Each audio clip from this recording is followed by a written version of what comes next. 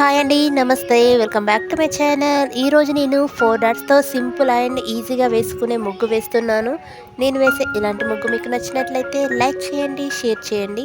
మీలో ఎవరైనా first time నా వీడియో చూస్తున్నట్లయితే సబ్స్క్రైబ్ చేయడం మర్చిపోకండి ఫ్రెండ్స్.